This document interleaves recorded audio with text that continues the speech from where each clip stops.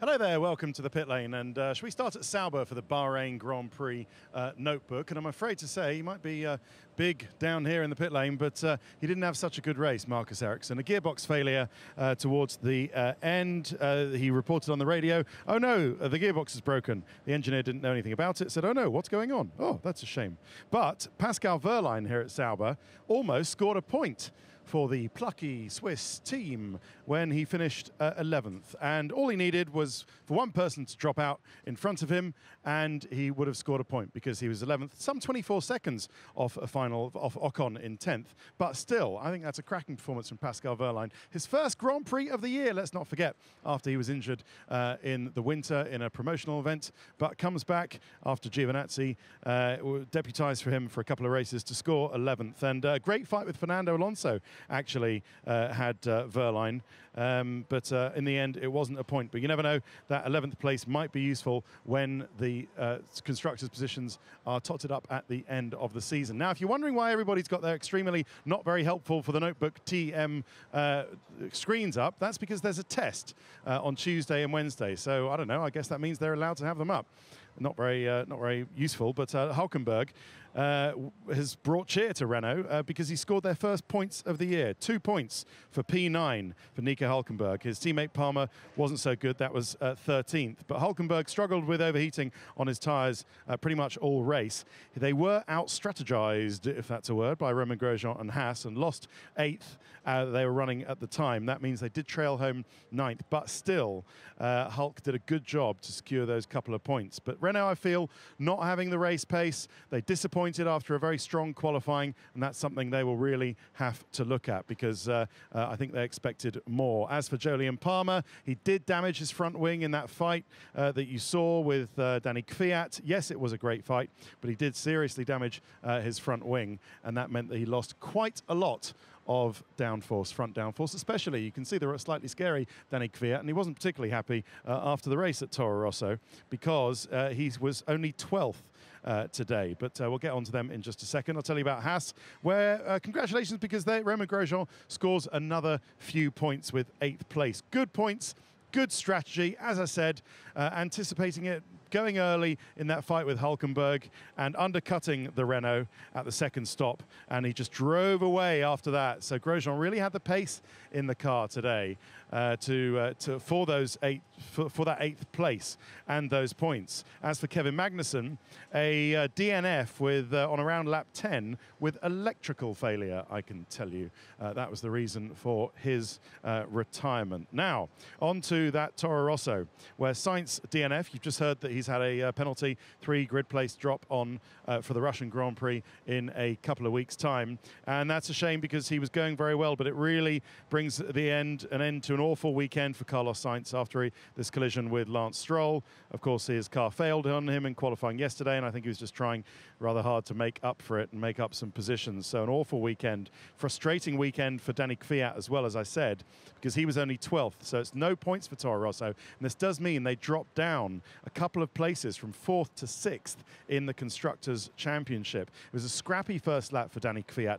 He lost a lot of places, but was racing with Jolyon Palmer, as we said. It was a nice race, but Kvyat made the move stick, but still struggled after that, struggled with pace, struggled with his tyres, and but from so far back after the start, 12th was all they can do. Now, an interesting driver Toro Rosso have in the test next week. It's Sean Gelael.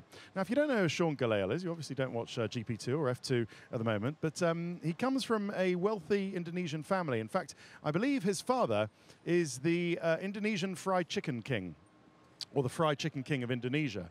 He runs, you know, the Colonel Sanders out there. So he's got a pretty penny or two. So that might be some sort of link up with his backers with Toro Rosso going into the future, because it's Gelael who's doing one day of testing in the Toro Rosso next week.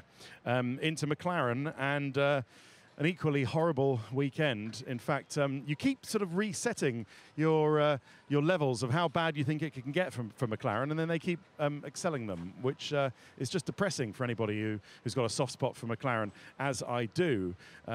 Historically in Formula One, it was a did not start, a DNS for Stoffel Vandoorne, with the same MGUH problem as they've suffered twice already this weekend. Vandoorne had it on Friday, and then Alonso had it yesterday as well.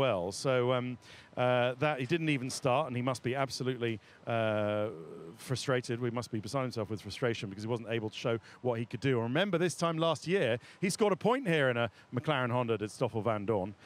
So very frustrating for him. He likes the circuit, would have gone well. And Fernando Alonso was classified 14th, but was a DNF with, he said engine problem. But he said it very pointedly, didn't he? I have an engine problem. I'll tell you what the team are saying. The team are saying that Fernando felt something wrong with the power unit and decided to retire. So I think we're dealing with a bit of semantics here. I don't know. I mean, maybe it was an engine problem.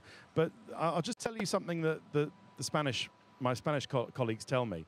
It's known, or Fernando has made it known to them now and again throughout his time, that he will push as hard as he can. He'll use everything available to him. He will absolutely do 100% in the car. And then if he's not in the points, he will retire the car on the last lap. Now today, he retired the car on the last lap. So I think it's true. I mean, McLaren aren't lying. They're saying the truth when he said Fernando felt something wrong with the power unit and decided to retire.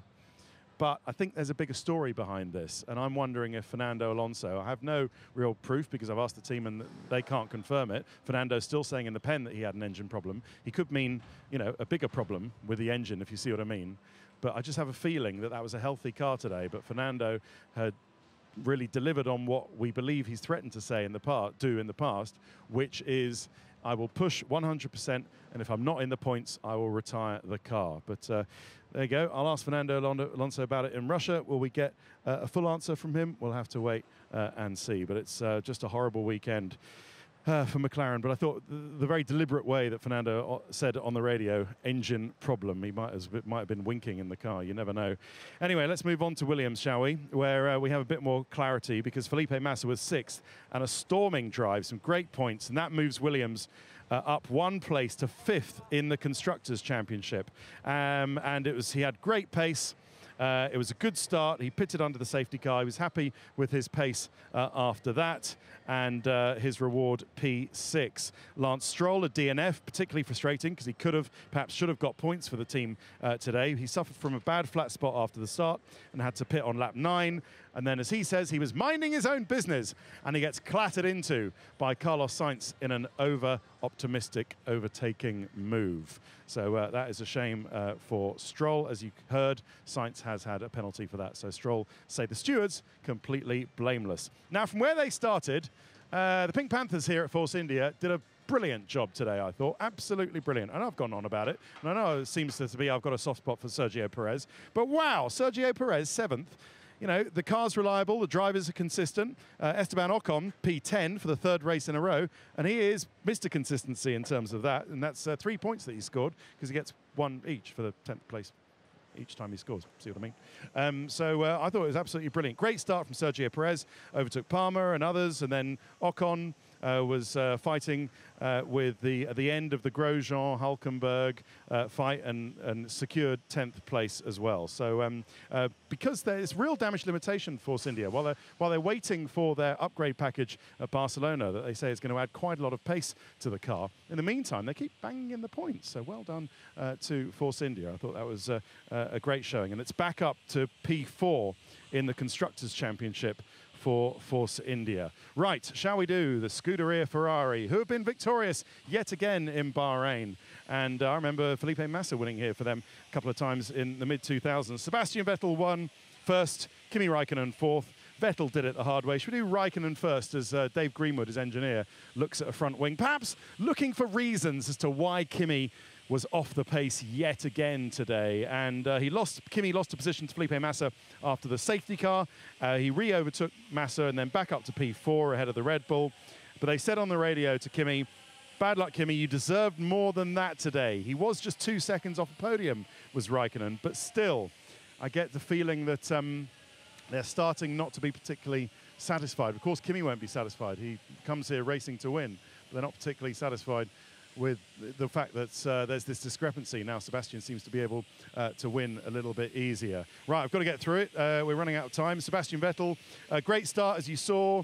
Pitted early before the safety car, but that meant that when the safety car came out, he thought he'd lost it because it was unfortunate timing. But what it meant was actually that the Mercedes had their own problems, and he still emerged ahead after the safety car. So he did it the hard way, really. Vettel did it the hard way, and Lewis clearly was a threat afterwards, but not enough of a threat. Vettel had it all in hand. And really, it was just the way that the Ferrari handles their tyres and uses their tyres, just better on the tyres, and Vettel used that to great effect today to win the race. Right, let's do Red Bull. Ricciardo 5th, Max Verstappen DNF. Verstappen had brakes overheated after a pit stop, and then the brakes gave out completely up at the top of the hill. So frustrating day for him. He could have done much better than that. And Ricciardo, bad restart actually after the safety car. Lost a couple of places on the soft tyres. Couldn't get heat into them. That was really did for him why he ended up 5th. A good race with Kimi afterwards, but as we said, couldn't make any further moves up in there. And it's a disappointing garage, or rather disappointed garage at Red Bull. They thought they might only be P5 and P6 in qualifying. They outperformed that, but they've ended up indeed P5 in the race and a DNF. But that's unusual for them to have brake problems, so they'll have to look at that.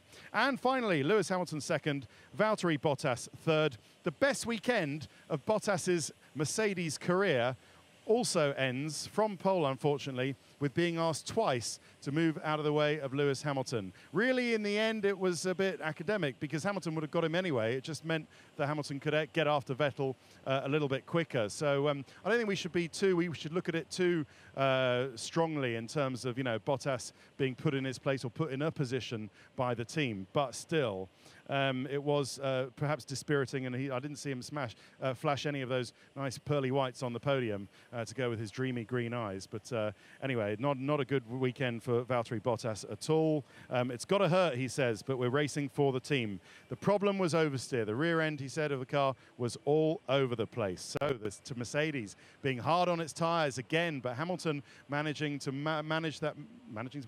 Hamilton managed that better than Bottas today, so a little bit of learning going on there. And Lewis Hamilton, as we heard, a 5-second penalty for driving unnecessarily slowly on the pit entry, a bit unnecessary, and it hurt him today for sure, along with the pit stop problems they had, and they'll be investigating that. Why these bottles of air under-delivered torque to the wheel guns and meant that they had slower pit stops than they needed to. Right, that is all 20 drivers' races described, explained, and done and dusted. Thanks very much for watching. The Notebook will see you in Russia in a couple of weeks' time. Bye-bye.